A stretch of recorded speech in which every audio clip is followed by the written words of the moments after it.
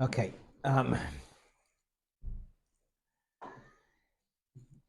Welcome to Pnimis Torah Parshas Teruma.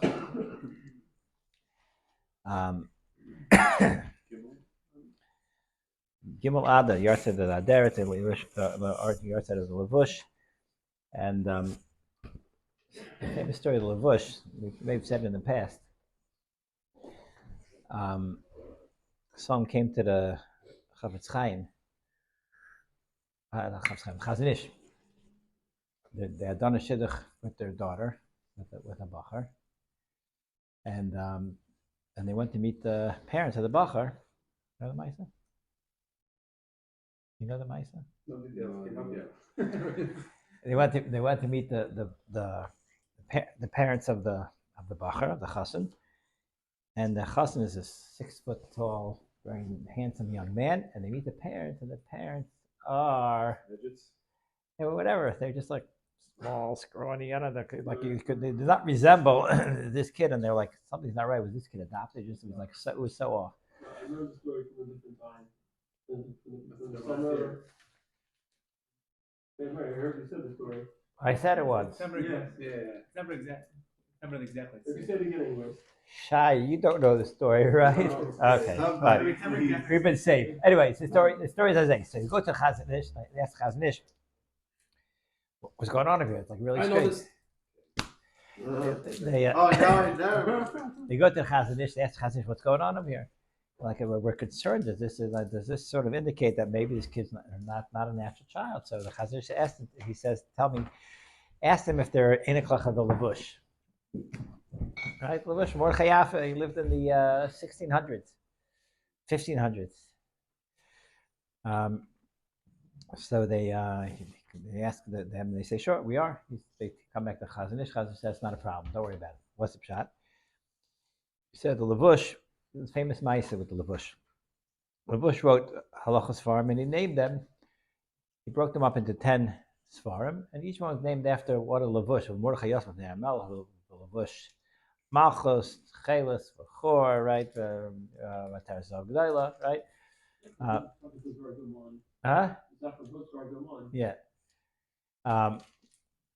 And he wrote his farm, and they all named after these begodim of Mordechai Tzaddik. Mordechai. So his name was Mordechai Yafa. Why did he do this? So the story was the Levushi was a very tall, handsome person, and he was the rabbi. I believe it's Parshas Rabbanis. He was a rabbi of a certain area, and being an official rabbi, he had to go to the palace of the duke, or whoever it was, for business. Just report on whatever's going on. Anyway, he ended up in the palace of one of this local monarch. And he makes a wrong turn, and he ends up in a private chambers of some woman, wife of the monarch, whoever it was, the duke, whoever it was. And she sees this guy come in, and she's a very handsome person, and she's tevei him with varavera. Okay, she offers her company. He's in a very difficult situation because she locked the doors. And back in the day, you didn't, with the monarchs, there wasn't any law, and then who knows what's the. He's locked in the room over here, and she could just start screaming, who knows what, and get him, have his head cut off, And so he's trying to figure out what to do, and all of a sudden he sees in this palace it had like a not so modern plumbing system in the bathroom that had some sort of sewer lines, channels, whatever.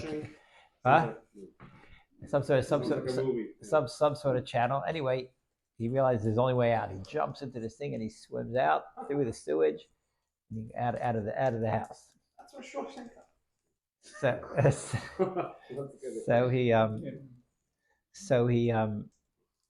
He had a tremendous, and after this he married a tremendous Siyat Shema. His famous story was Steichem and also. He had a mice. He jumped out of a window to avoid such a situation, and he said after he landed, he said that He had such he never forgot anything he learned after that. He never what? He never forgot anything he learned after that. This Oh. Why was he called the Lavush? Ah, what he wore? When he after this he wanted to thank Kadosh Baruch Hu that gave him the fortitude to stand up to such an Nisayan, and his clothing was ruined. All his clothing was full of sewage, and so he named his farm after the bush that he ruined his clothing, his Olam Hazeh clothing, in order to preserve his neshama. So he named his farm after to remind him of what he went through. They just totally sewered up his clothing, and he named his farm that. So the so he said, well, what against such a situation? Because I'm so good looking. So he said he davened to Kodesh Baruch Hu that none of his descendants for 10 generations should have such an nisayon. They should all be ugly for 10 generations. And Kachava, he says this child was 11th generation. So he got back the good looks of the Lavush. That was a ma'aseh with the Lavush and the nisayonis. But it's not interesting zach that people don't realize that nisayonis on the one hand they present themselves as like, this is something like, that. In a way, it's obviously a very big sign. Why is it very big sign? Because every person realizes it's something that's very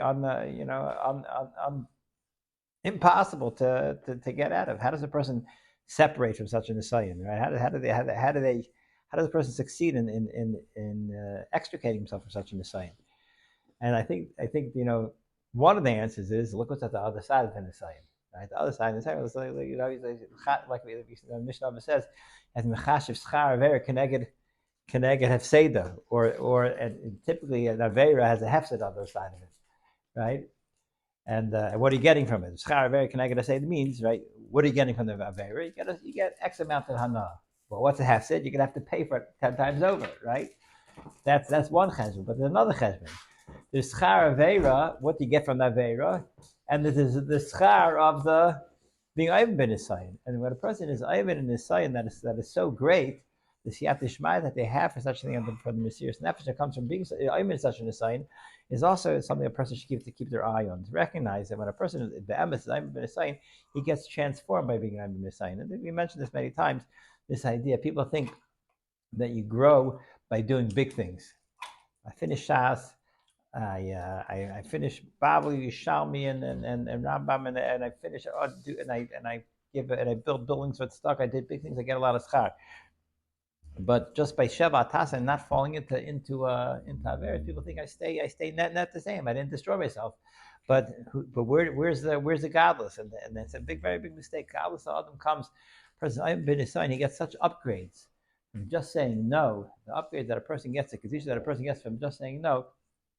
That is really something that this story brings out. It's something that should inspire a person in advance, recognizing you're not net the same.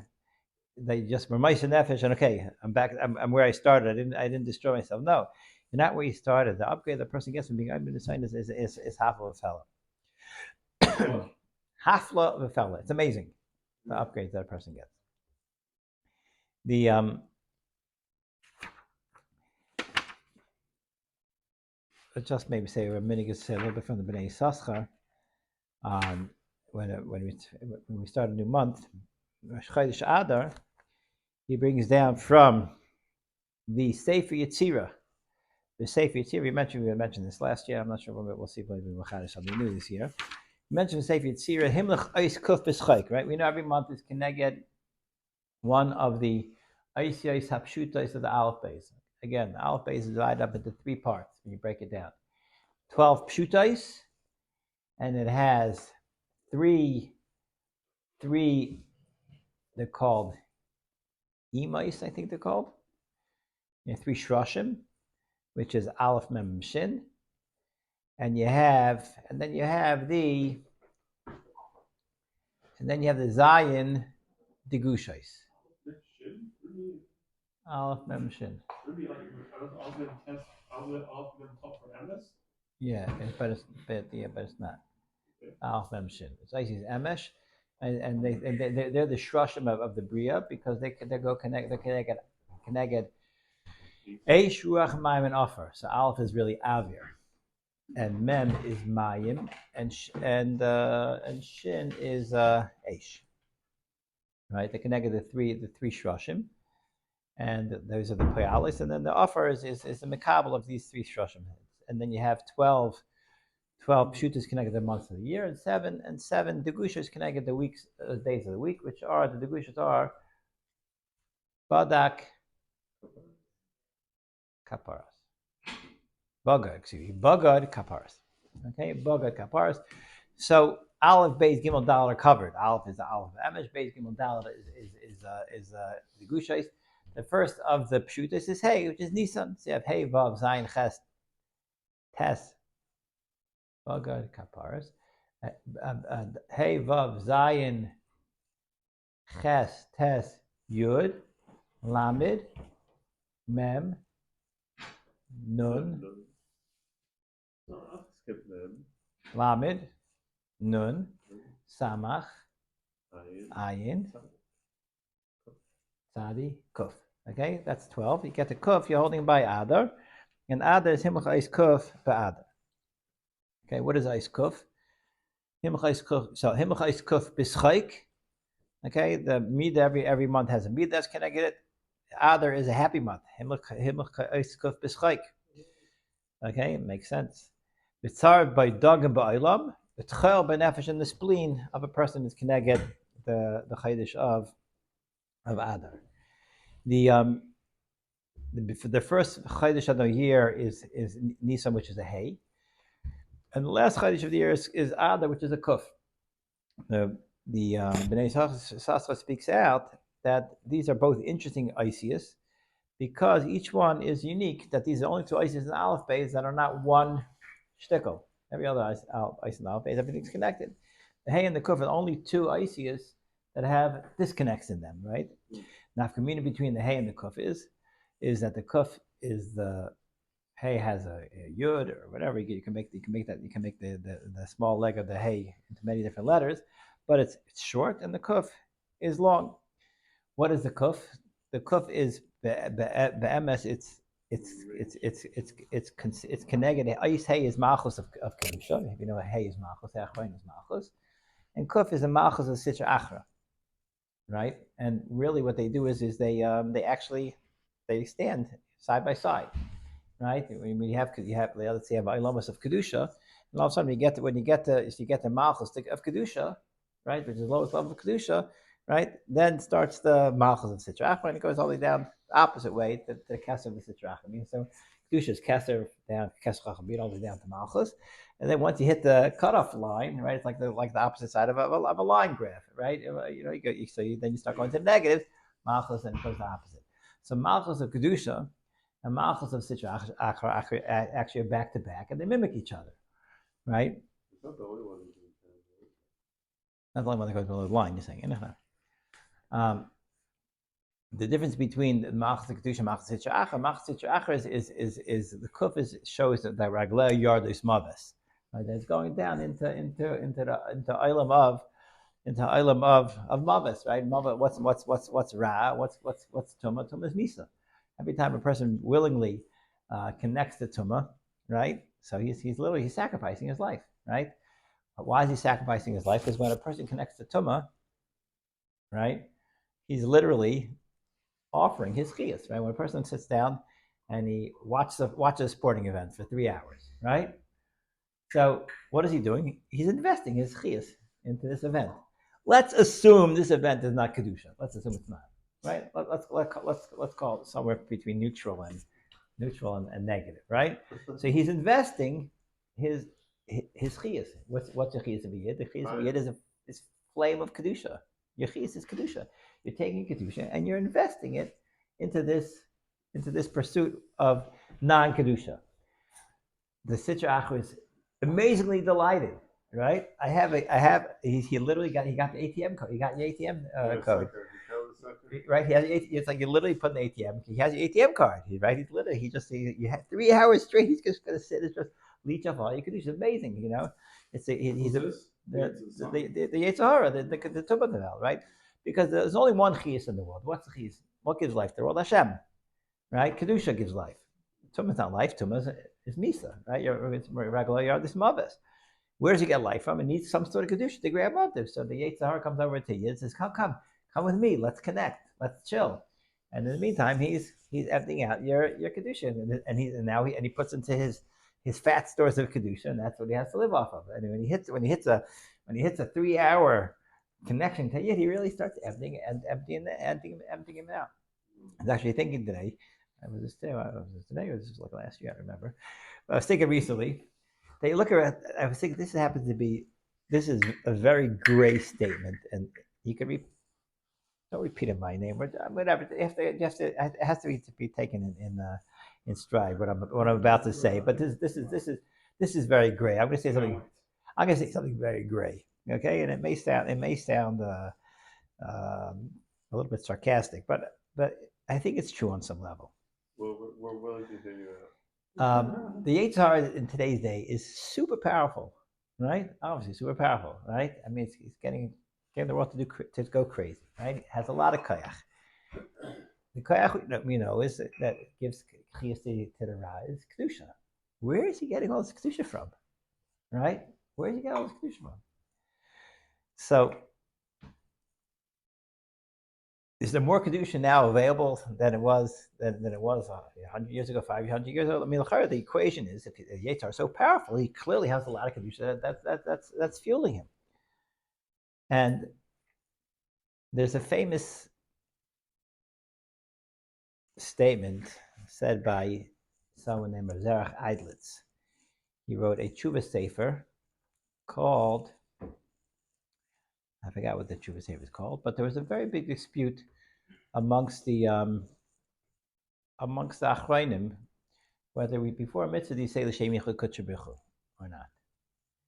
And it's a Kabbalistic statement, l'shem yichud kutchabichu, making yichud between Hashem and Shechina, right? It's a very Kabbalistic idea, right? You know, if you're not into Kabbalistic things, it's like, what are you saying? Just do the mitzvah, right? And there were people that were not very, very positive about saying l'shem yichud kutchabichu. They say it's beyond our asakas, right? And it's also it's giving a bad message, as if you have to have some sort of amazing kavanas for your mitzvah to be worth something. Your mitzvah is a mitzvah. Do your mitzvah, and you're great, right? So one of the people that was very, very much against the Shem Yichud Shabichu was the Noda because he came out against it, not to say the Shem Yichud Shabichu. The Zerach Eidlitz was actually a dayan on the Noda Basin in Prague, and it was well known that the Noda did not hold the Shem Yichud. He gave a haskama to Zerach Eidlitz sefer, and Zerach Eidlitz makes the following statement. He says as follows: there's a lot of controversy whether you should be saying Shem Yichud or not. I want to offer a very good reason to say the Shem Yichud. He says, we know. He puts on his tefillin, right? Tefillin is Mali Kedusha. If he doesn't do it with the right intention, who's sitting and siphoning off all the Kedusha? The Sitra Achra, right? If he's doing Shlei B'Kavon or he's doing it with bad intentions, whatever it is that he's not doing his Ma'aseh Mitzvah in the right way. The person says Shem Yichud Shabichu, he's making it a T'nai in his mitzvah, right? He's making a stipulation. He's saying as follows: if this mitzvah is doing something good in the world for Hashem and Klal Yisrael, making Kedusha in the world, then the mitzvah is a mitzvah. If this mitzvah is just going to go to the Sitra Achra, I'm being mavatal this mitzvah, and therefore there's nothing left. So therefore he's making a stipulation that the Yitzhar cannot tap into this Kedusha. And this is a good idea to have in mind. Meaning, whenever we all reach for high madregas at times, you know what I'm saying? And who knows whether the high madrega is davening with extra good kavanah, and you think maybe this yichud and that yichud and this kavanah, and whether we're doing something good for the world or not good for the world. But if you have in mind that I'm doing the best I can. I don't know if you like this, you don't like this, but if you like it, please accept it, with love. If you don't like it, not mevatel, totally, And then there's no, and it's a good eitzah, right? They say that the Noda is masking to this far because he put a haskam on the sefer, and I think it's the first simon in the sefer. I think it's the first simon. Anyway, so that would be a question. Anyway, so I was thinking like this: in this day and age, people are involved in a lot of very good things, right? People go out to learn at night. People they do all sorts of mice and mitzvahs. There's a tremendous amount of chesed. There's a lot of potential kedusha out there. The only question is it rooted, right? And in a way, I wonder, if people go out every night instead of sitting at home and watching television, they go out to learn for an hour. But the learning for an hour is not plugged into emunah and to be tachen into an erenskite in bettering themselves, right? Then very based, whether we're opening up huge factories, right, that are giving the Yitzhar just access to all these crown jewels, they would have never had. We'd be sitting home picking our noses. You could delete that. Maybe like Musser. So, but yeah, see, again, so just to say very sarcastically, you know why the eights are so stark nowadays? Because not yet. I don't. It sounds sarcastic, I'm saying, but I just think it's a thought people have to think about. I'm saying that yes, people are issuing all sorts of things. I'm saying, but in a way, we have to bring it to the basics. That this is to make Hakadosh Baruch Hu happy, and this is to bring kedusha into the world. And if by Daf Yomi Chapur it's just an excuse to make a scene in Florida, I'm saying, and to sit and to make parties and to chill and to be cool and this and it becomes like just the in thing to do, instead of this is our Mesiras Nefesh of Hakadosh Baruch Hu, and this is the way we parish ourselves from the types of the street, and we totally envelop ourselves in the kedusha Torah. Yeah, then you're not leaving room for it to go to the such achachas. But if a person just says, you know what, you have all sorts of people do all sorts of crazy things. I never like baseball, guy says, but I sit around with my friends, watch baseball because this is what everyone's doing. You know what I'm saying? So we'll sit around and Daf Yomi and we'll eat the wings and we'll do this and we'll fly here for the team, we'll make a party here for the team, and everyone's gonna be like like involved. This has become our pastime. You know what I'm saying? Leave you Omerly that this is literally, unfortunately, could very well be, unless a person makes it tonight, so I'm a fatalist, make it tonight. But if a person's not, who knows what a person is fueling all this positive kedusha that is being channeled, being funneled to in the wrong direction. Chas v'shalom. That is other which mirrors, which really is up against, because of magal. The shon is called a magal. It's a cycle, right? In a cycle, Nisan starts here, comes all the way around. The other is right by Nisan. They come up back to back with each other, right? And you have sort of like the kuf is like the mirror image of the Isay, right? They say that kuf is a monkey, right? What is a monkey? A monkey is monkey see, monkey do, right? A monkey imitates man. He likes to kaif b'fnei adam, right? Because hey, is machzor kedusha. The kuf is right there, right? It's mirror image, trying to imitate him, but he doesn't have the pursuit of kedusha. So the kuf is is the kaif, is the monkey, right? Which doesn't have the chiyus of kedusha, and it's just sitting looking to imitate and to suck people in to say this is it's all the same. He says that, interestingly enough, he says.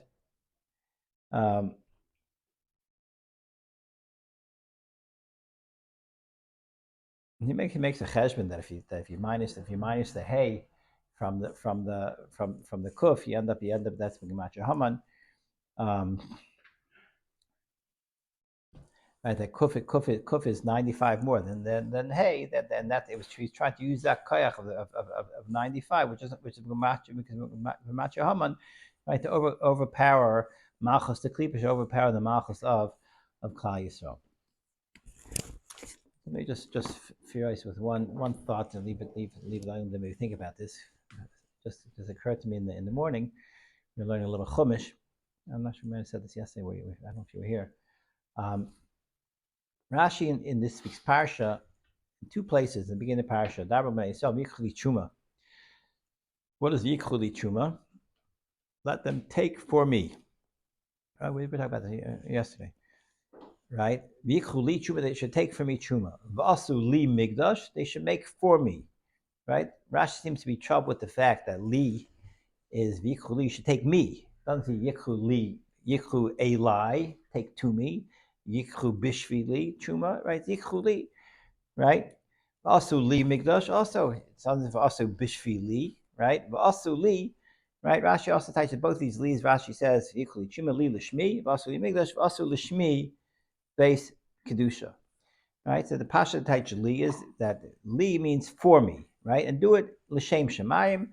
Don't do it for your own personal pursuits. I don't know which yid who got up in the middle one day and say, "Hey, I have a great idea. It'd be so much fun. Let's make a base of mikdash." No, do it l'shem shemayim. I'm not so sure that was like the conversation, right? So it's something a little bit deeper. I never did with lishma. Lishma is always a very hard conversation to explain. L'shem yichud. What is Lishma, right? We have to learn Torah Lishma. The Reb Chaim Lashon and Nefesh Chaim as a whole few prakim tried to explain what Torah Lishma is, and it's a tremendous machlokes what Lishma is, right?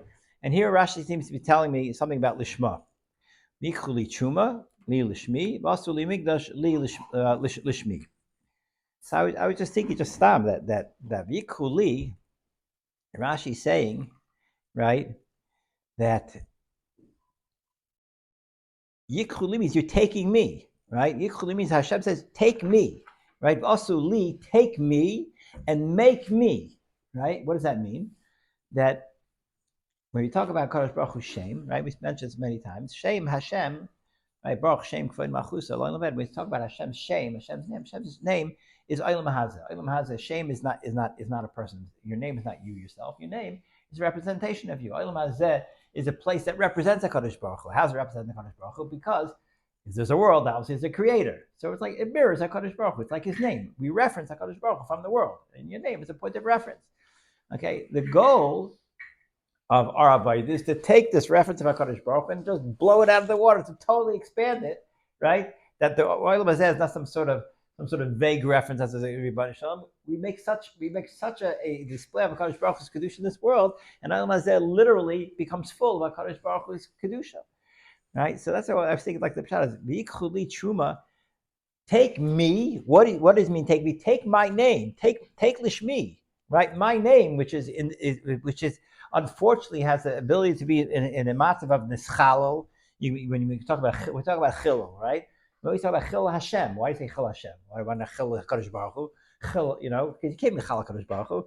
Michal Hashem. Shem means Hashem's name, which is meant to represent kedusha, and you say it's void of kedusha. So you michal all the ability for Kadosh Baruch Hu's belt, instead of pronouncing and announcing Kadosh Baruch Hu's kedusha, you michal, you make it void. Hashem says, Yikhuli, take my name, take my Olam Hazeh, right? And uplift it, right? Yikhuli Truba, upgrade my entire my presence in this world. Vasu li Migdash, take my name, and instead of my name being some sort of vague representation, make a Migdash where there's a tremendous marketing, a tremendous persona, a tremendous publicity of HaKadosh Baruch Hu's kedusha. Not just a publicity; it's actually bringing more kedusha. And that's what HaKadosh Baruch Hu's mitzvah to Klal Yisrael is. HaKadosh Baruch Hu's mitzvah of Asli Migdash Vichli Chum is. HaKadosh Baruch Hu said, "I made a velt that has so much potential of having my name in it. Klal Yisrael is meant to take my name and make my name great." And that's what we say. Baruch Shem V'Ayin Malchuso and Led, to bring tremendous amount of bracha of hashpa of kedusha to the makam of HaKadosh Baruch Hu Shem V'Ayin Mazeh. And that's the emes, and maybe the title of Asli Migdash. Also lishmi, take my representation in this world, Olam Hazeh, and take Olam Hazeh and make it into a makam hamikdash where HaKadosh Baruch Hu's presence is palpable and concrete, and from there Klal Yisrael brings a tikkun to the ganze belt.